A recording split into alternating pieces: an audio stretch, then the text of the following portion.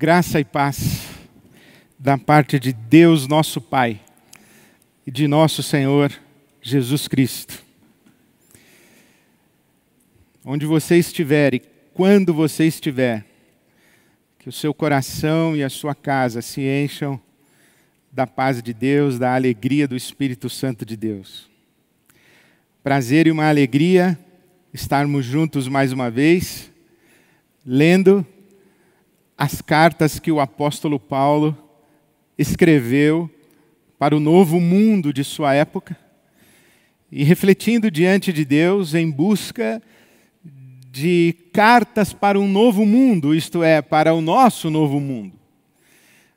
Privilégio ler a palavra de Deus em busca de discernimento de caminhos para nós nos oferecermos a Deus e nos oferecermos ao mundo como cartas vivas escritas pelas mãos de Deus.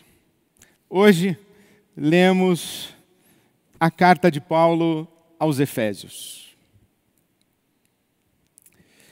Atravessamos a última semana lendo estampadas nas manchetes das primeiras páginas dos jornais do nosso país informações a respeito de um padre acusado de desvio de verbas, de doações dos fiéis de sua igreja e do seu projeto religioso. Informações a respeito de uma pastora evangélica acusada de assassinato.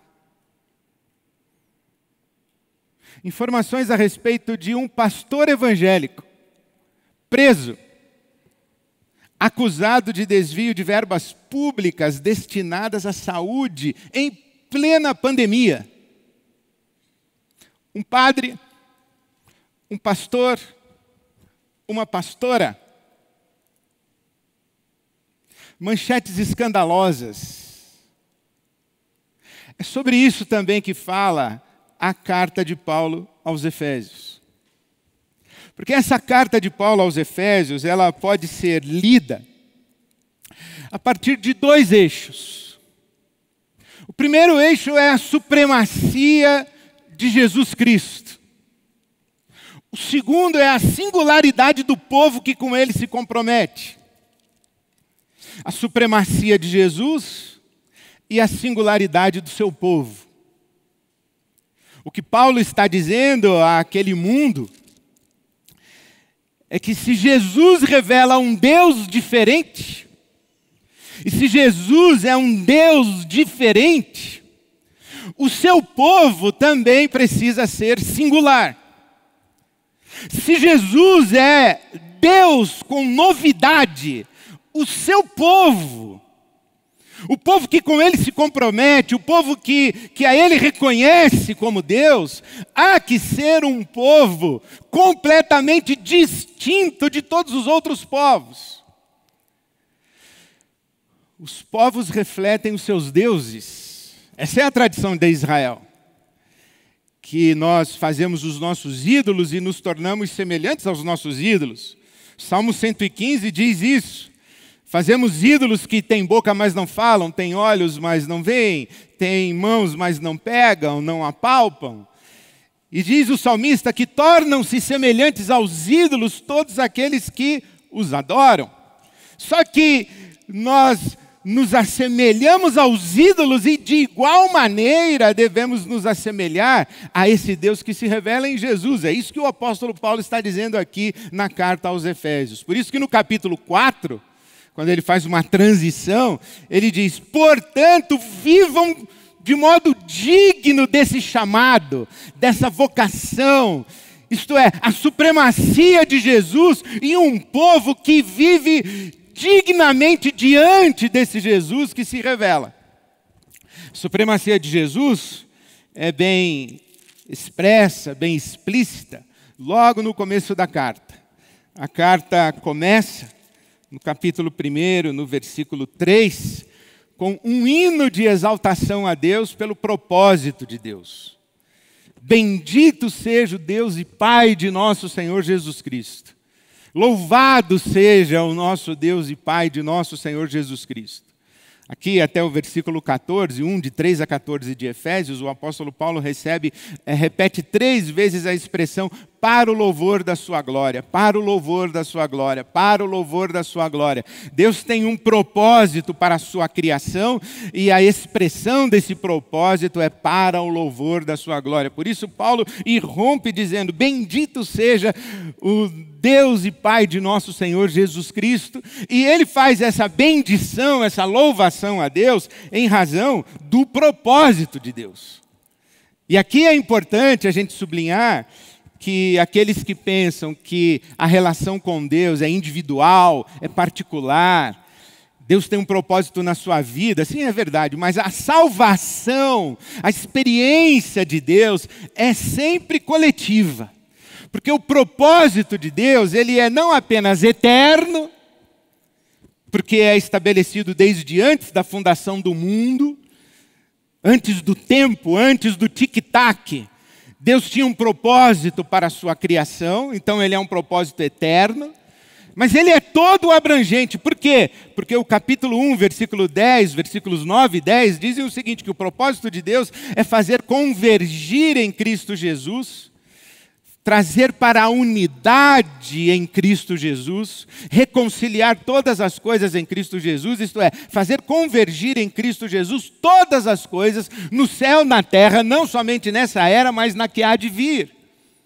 Então o propósito de Deus é todo abrangente, expressões como unidade, convergência, reconciliação, harmonia integrada e integral sob a autoridade de Jesus, são expressões determinantes dessa carta e do propósito de Deus.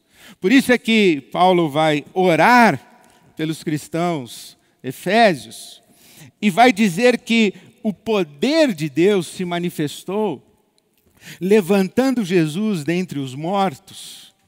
E essa foi a máxima expressão do poder de Deus na história, a ressurreição de Jesus. E quando Deus ressuscita Jesus dentre os mortos, Deus dá a Jesus um nome, que Paulo diz no capítulo 1, começando ali no versículo 15, mas agora chegando no 19 e 20, um nome acima de todo governo e poder, autoridade e domínio. E Deus, ao ressuscitar Jesus dentre os mortos, coloca todas as coisas sob os pés de Jesus. Essa é a grande mensagem do Evangelho e a grande mensagem que São Paulo apóstolo articula nas suas cartas e para o seu mundo de tradição judaica, para o seu mundo de descendência de Abraão, dizendo, olha, Jesus é o Messias prometido aos nossos antepassados, mas na verdade, Ele é Senhor sobre todas as coisas e isso é um propósito estabelecido por Deus desde antes da fundação do mundo. Então, o que Paulo está revelando aqui, está descrevendo nessa carta aos Efésios, é a supremacia de Jesus sobre todas as coisas, inclusive, principalmente, sobre todas as vontades. E aí entramos numa expressão muito especial dessa carta, que a grande manifestação do propósito de Deus na história começa com a reconciliação da família humana. Por isso que aqui no capítulo 2, especialmente a partir do versículo 11, o Paulo apóstolo vai dizer que judeus e gentios, que eram povos separados, os judeus como o povo eleito e escolhido de Deus, e os gentios, isto é, o restante da humanidade. Como se esse povo judeu, descendência de Abraão, tivesse um privilégio diante de Deus. O apóstolo Paulo vai dizer, olha, diante de Deus não há privilegiados. Porque em Cristo Jesus, a família humana foi reconciliada. Em Cristo Jesus não há mais um muro de separação entre judeus e não judeus. Em Cristo Jesus, a família de Deus é uma só. E Paulo diz aqui no capítulo 2, versículo 15, que Jesus nos evangelizou a paz, e Jesus de ambos os povos, isto é, judeus e não judeus, fez um só povo. Por isso é que o Paulo vai dizer aqui no capítulo 2, versículos 20 a 22, que os gentios não são mais estrangeiros, não são mais forasteiros, mas são concidadãos dos santos e membros da família de Deus, porque a família de Deus é uma só. É por isso que Paulo, quando vai orar novamente, agora ele está orando no capítulo 3, no versículo 14, ele diz: eu me coloco de joelhos diante do Deus e Pai, de quem toda a família recebe o nome. A família de Deus é uma só. A palavra do propósito de Deus revelado em Cristo Jesus é reconciliação. O propósito de Deus para a história, para a sua criação, começa e se expressa e se manifesta mais profundamente com esta grande unidade da família humana. E isso sempre foi o desejo de Deus, porque quando Deus chamou Abraão, foi para abençoar no descendente de Abraão, que é Cristo, todas as famílias da terra. Todas as famílias da terra. E aqui nós entendemos o que o Paulo quer dizer, andar de modo digno dessa supremacia de Jesus e desse chamado para a unidade. Aí é que entramos no capítulo 4. Há um só Deus, há um só Senhor, há uma só fé, há um só batismo, há uma só esperança, uma só vocação. Mas especialmente o versículo 6 do capítulo 4 é extraordinário. Há um só Deus e Pai de todos, que é sobre todos e em todos. Amém. Unidade. Viver essa unidade.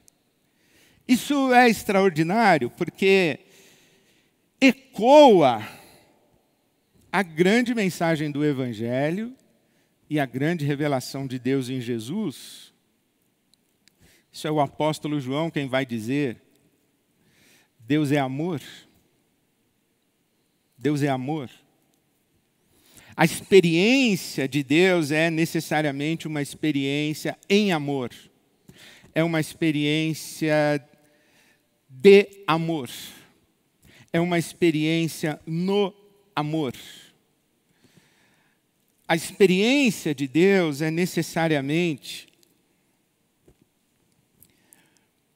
a comunhão da família humana como um só filho, que ouve esse filho, a família humana como um só filho, uma unidade, ouve a mesma voz que Jesus ouviu quando os céus se abriram sobre ele. Esse é o meu filho amado, em quem eu tenho prazer. A família humana, em unidade, como um só homem, como um só humano, como um só ser humano. Essa família humana ouve a mesma voz. É esta a oração do apóstolo Paulo. Capítulo 3 de Efésios, de 14 a 21, ele ora dizendo o seguinte, que ele clama ao Deus e Pai, que dá nome a toda a família, para que todos juntos, na comunhão, todos juntos, tenhamos a experiência do amor de Deus em toda a sua profundidade, altura, extensão e largura. É estar mergulhado no amor. Essa é a grande revelação do Evangelho. Jesus inaugura a era das relações igualitárias. O Evangelho inaugura a era das relações igualitárias. Por quê? Porque é Jesus quem leva as últimas consequências, a revelação da tradição de Moisés, amar ao próximo como a si mesmo. É nessa plataforma de igualdade, nesta plataforma de fraternidade, nesta plataforma de reconhecimento ao próximo como a si mesmo. É nessa plataforma onde somos próximos uns dos outros, somos irmãos e irmãs. É nessa plataforma que se experiencia o amor, e somente assim experienciamos Deus. É isso que Paulo está revelando aqui. E quando ele sai desta grande revelação e dessa grande novidade, ele nos joga em 3 grandes desafios extraordinários. O primeiro, as relações entre marido e mulher. As relações, em segundo lugar, de pais e filhos, e as relações de patrões e empregados, ou na linguagem dele, senhores e escravos. E isso é muito extraordinário, porque a palavra de Deus, o Evangelho, traz uma revelação de caráter, como eu disse, eterno, abrangente, universal, atemporal. Mas esta grandeza do Evangelho, essa sublimidade do Evangelho, ela bate na nossa porta de maneira muito prática. E vai nos chamar à reconciliação das nossas relações sociais mais fundamentais. A vida de casal, a parentalidade, a maternidade e as relações profissionais de estruturação econômica da sociedade. É aí que o Paulo vai chegar. Quando ele diz o seguinte: olha, aqueles que estão comprometidos com o Cristo, e que estão vivendo no seu amor, e que estão submetidos ao seu governo, ao seu domínio, ele, Jesus, que tem um nome acima de todo governo, autoridade, domínio, dominação, tudo, esse Jesus, ele acaba com todos os sistemas de dominação e sujeição, com todas as estruturas de relações humanas estratificadas, hierarquizadas, segregadas, violentamente controladas. É isso que Paulo está dizendo. Isso é uma grande revelação, isso é uma grande novidade. Isto propicia, oportuniza uma extraordinária revolução. Ele diz o seguinte: se você está em Cristo, se você está submisso à autoridade de Cristo, e se você vive sob o Espírito de Cristo, então olhe para o seu próximo como seu igual. E sujeitem-se uns aos outros. É extraordinário. Efésios capítulo 5, versículo 21, que geralmente é ignorado. Sujeitem-se uns aos outros. Nessa plataforma de unidade, de fraternidade, de igualdade, o amor só se experimenta, só se experiencia em relações de mutualidade, de entregas consensuais, onde há domínio, onde há verticalidade, onde há subjugação, não há evangelho. E Paulo vai usar isso para explodir em 3 grandes revoluções. Por quê? Queria sublinhar isso para você.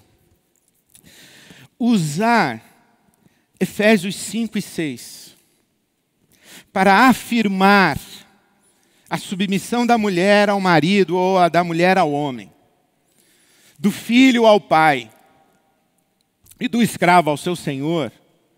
Usar esse texto bíblico hoje, no século 21, é uma violência à palavra de Deus.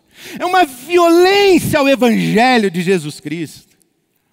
Usar a palavra de Deus para dizer que mulher tem que ser submissa a homem, que filho tem que obedecer pai, e que escravo tem que ser fiel a seu senhor. Usar a palavra de Deus hoje, no século 21, é uma ignorância e uma violência à revelação do texto sagrado, uma traição do Evangelho, porque não foi isso que o Paulo, o apóstolo, disse. Não foi isso. Porque não foi isso que os seus leitores originais entenderam. Não foi isso que os seus leitores originais passaram a discutir depois de ter acesso à carta aos Efésios. Quem mandou a mulher obedecer ao homem? Não foi Paulo. Foi Moisés. Foi a tradição de Israel.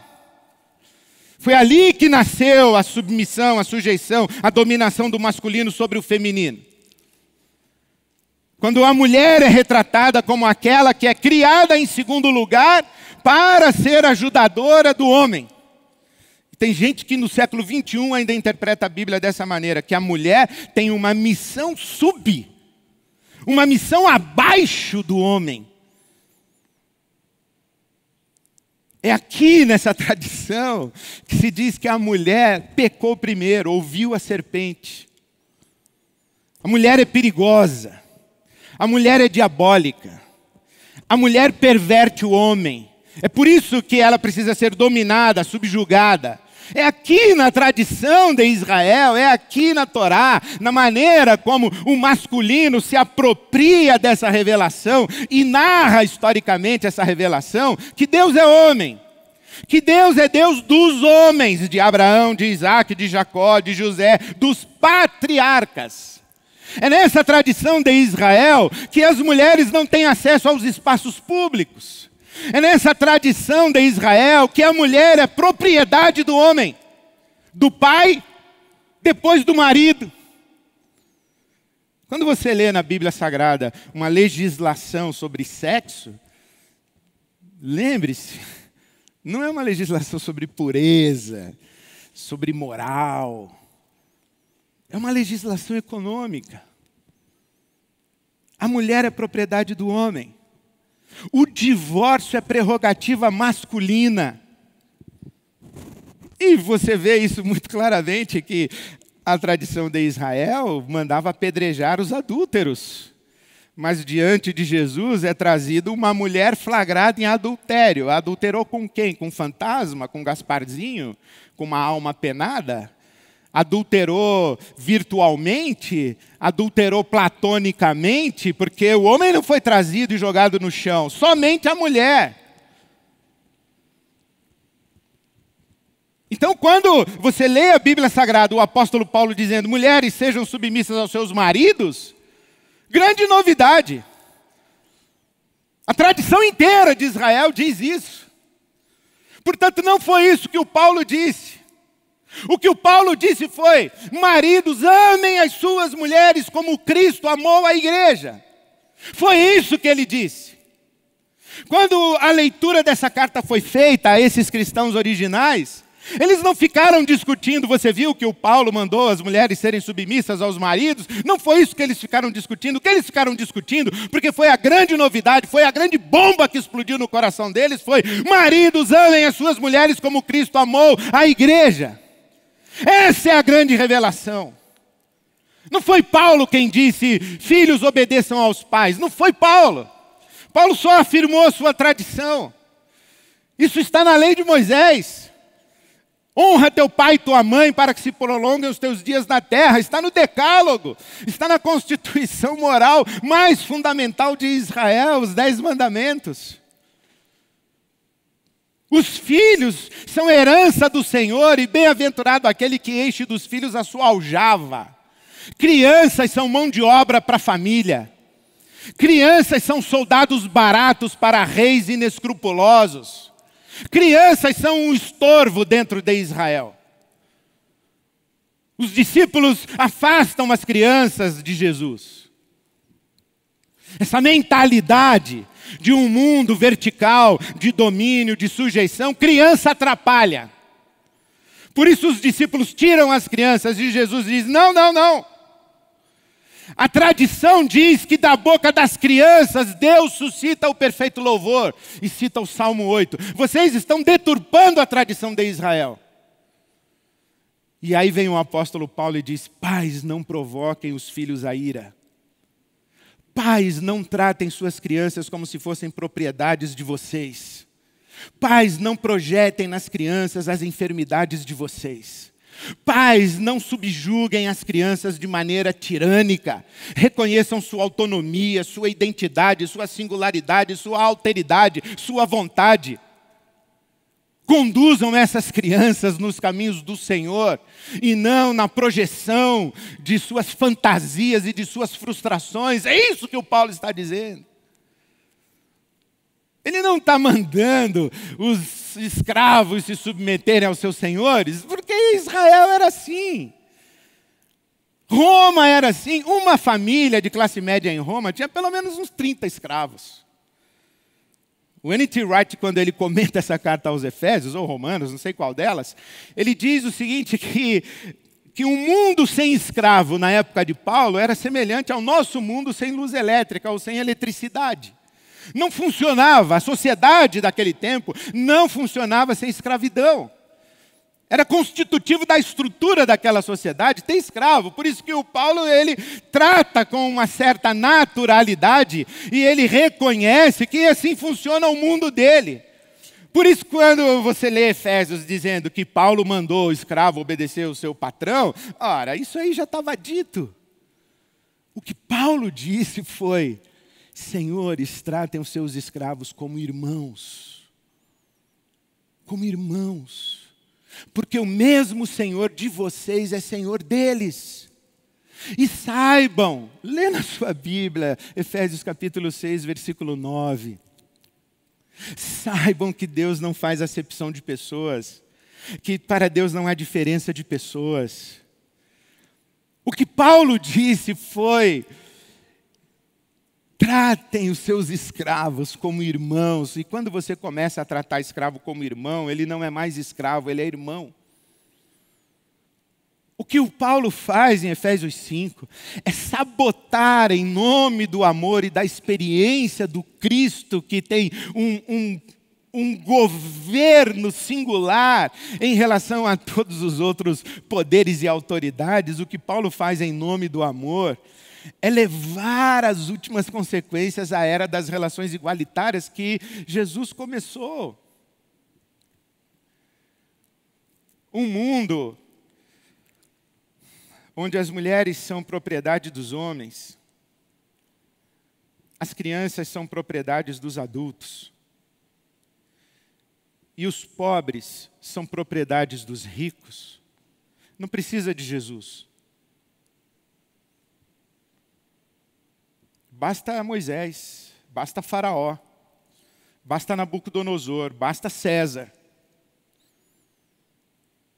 Usar a Bíblia Sagrada para promover a manutenção desse ordenamento social é uma traição ao Evangelho e à revelação que vem em Jesus.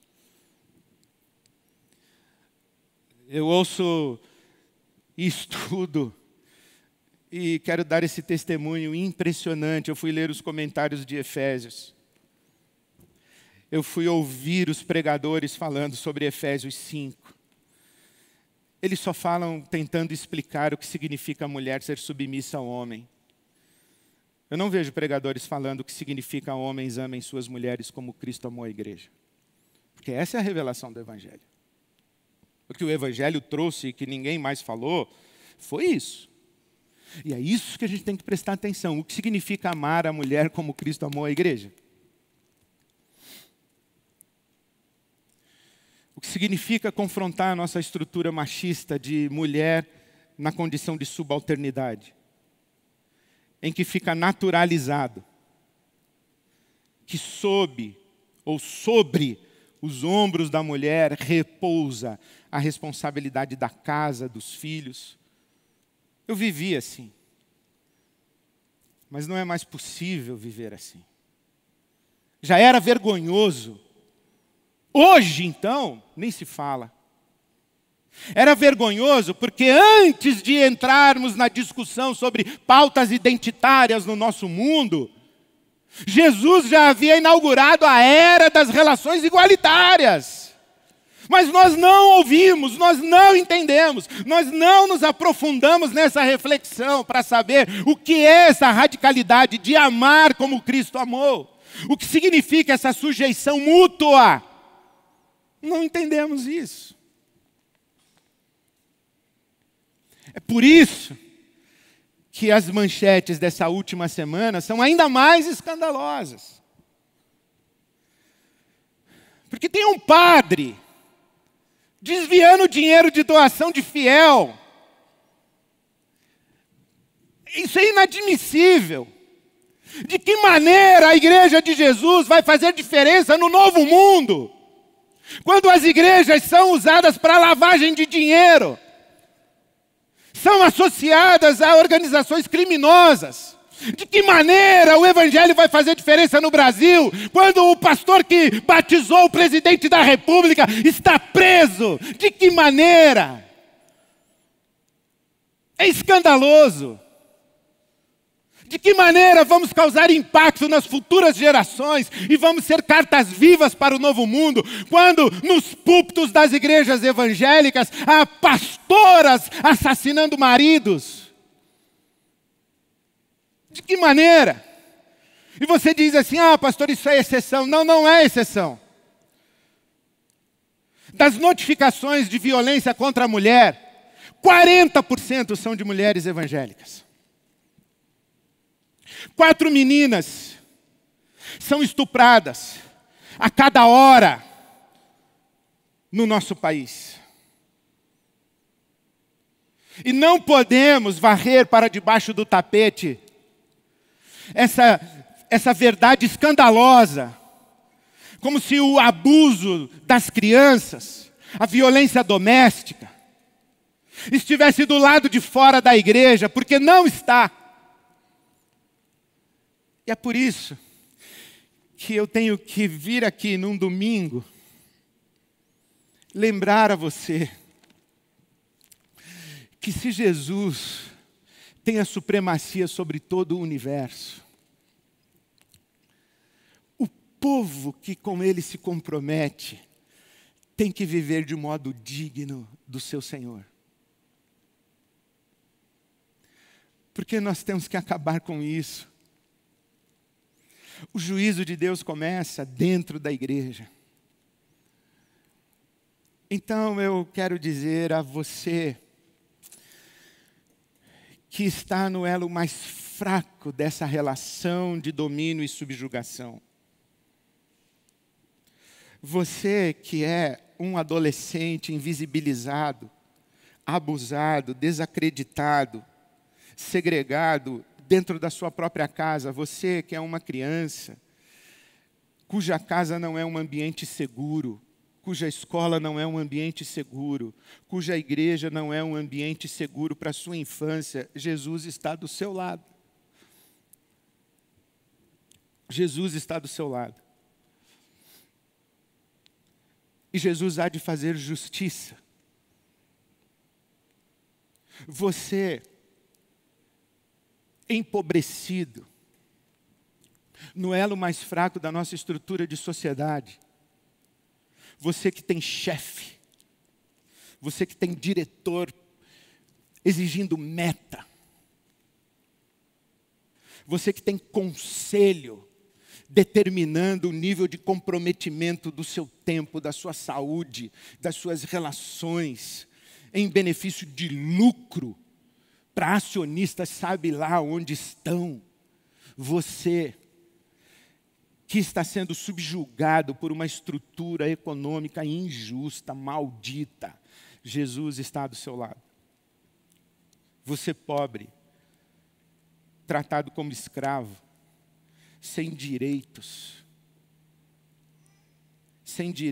de vida, sem direitos reconhecidos para uma vida digna, Jesus está do seu lado.